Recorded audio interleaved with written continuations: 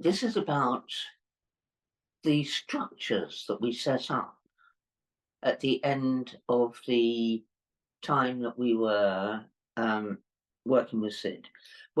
After the split, we wanted to set up structures that were much more inclusive and much more available. So you didn't have to have a vote for this or a vote for that. But you could put your energy in if you wanted to. Well, this was the way that I saw it anyway. So we set up this group called the Winter Working Group, which was anyone who wanted to come and be on the Winter Working Group and make decisions about what was going to happen the following year and so on and so on. People used to say about the previous administration that there was no way in to the decision-making process. And so with the Winter Working Group, I wanted to set up something that was totally available. No voting. All you need to do is put your name forward. No voting. If you want to put in energy, great. Oh, well, I can't get there because I can't afford to do it. I can't afford the travelling. Okay, we'll pay your expenses. And that was how we set it up. And for a while, it worked fine. And everybody realised that Rainbow Circle had very little money, really, and couldn't, we pay minimal expenses. Then John Kaner came onto the scene. And when John came onto the scene, suddenly there was loads of money available. And it made a huge difference to the whole way that people approach the Rainbow Circle, or at least the people who were doing the work for it. And it led in the end to situations where anyone could come on the Winter Working Group, have their expenses paid, stay in a nice place, even if it wasn't John's place, it might be somewhere in Leominster or somewhere in Glastonbury, and have a party for the weekend. That really wasn't the purpose. The whole idea was that we should have meetings to sort out how we were going to operate the following year. What we were going to charge, what camps we were going to do, who was going to coordinate them, what dates they were going to be, all of that sort of thing. Quite normal, ordinary organisational things.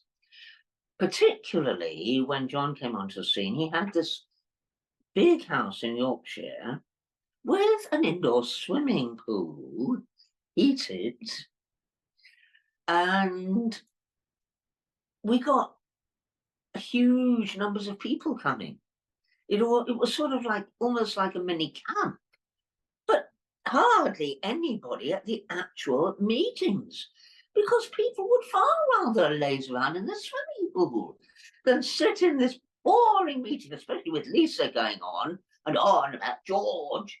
Anyway, sit in these boring meetings about how we were going to run the Rainbow Circle in the following year. So that was how that worked out. And so if I were going to do it again, I don't know how to do it. I don't know how to make that distinction between coming for having a good time, because we want everybody who comes to have a good time. We don't want them to be sat there going, oh, we've got to do this, and oh, we've got to do that. We want to be joyful about it. We want to enjoy doing it. What's the point otherwise? So, how do you stop people taking advantage of that situation? I do feel a lot of the time that the Rainbow Circle energy was exploited by just a few people, really, but once it starts, it sort of escalates, and in the end, it just was very difficult. And the reason that I eventually dropped out in the end, well, partly it was going to Derbyshire, which I didn't enjoy being in Derbyshire at all. A lot of the people who normally came to the Rainbow Circle didn't make it up to Derbyshire. And then we had a lot of people coming in from Derbyshire who were trying to reinvent the wheel all the time and had no appreciation of the fact that we'd actually been doing it for about 10 years already or more. And so I felt very uncomfortable, and I started to feel, oh, don't know whether I want to come to these summer camps anymore. Anyway, I had a winter working group at my house in Glastonbury, and along came all the normal people, or about, I suppose there were about 8 or 10 of us. And one of these people was George, who was by this time very crucial. He was doing all the site crew work. He was holding that site crew energy together, which Sid had held and Benson had also held when Benson was there.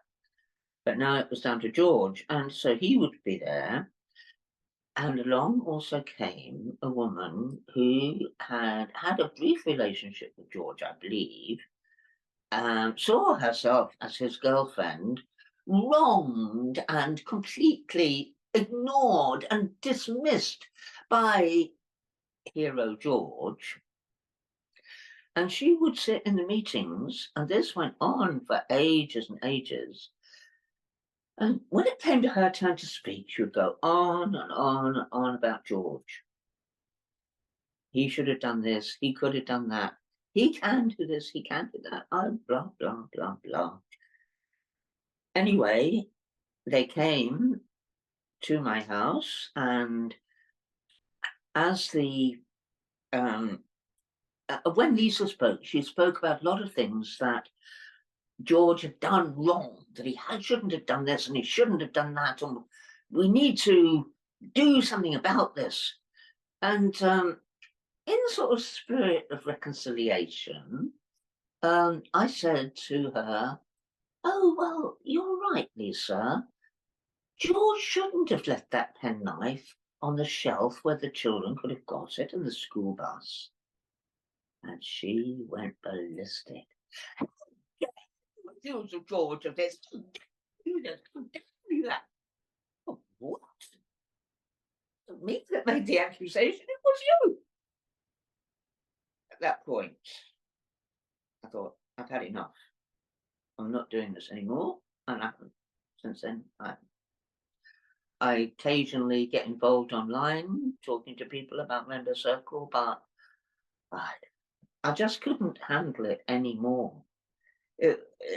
I don't know how to deal with that situation. The winter working group, be interesting to know if anyone's got any other ideas on how to make it work.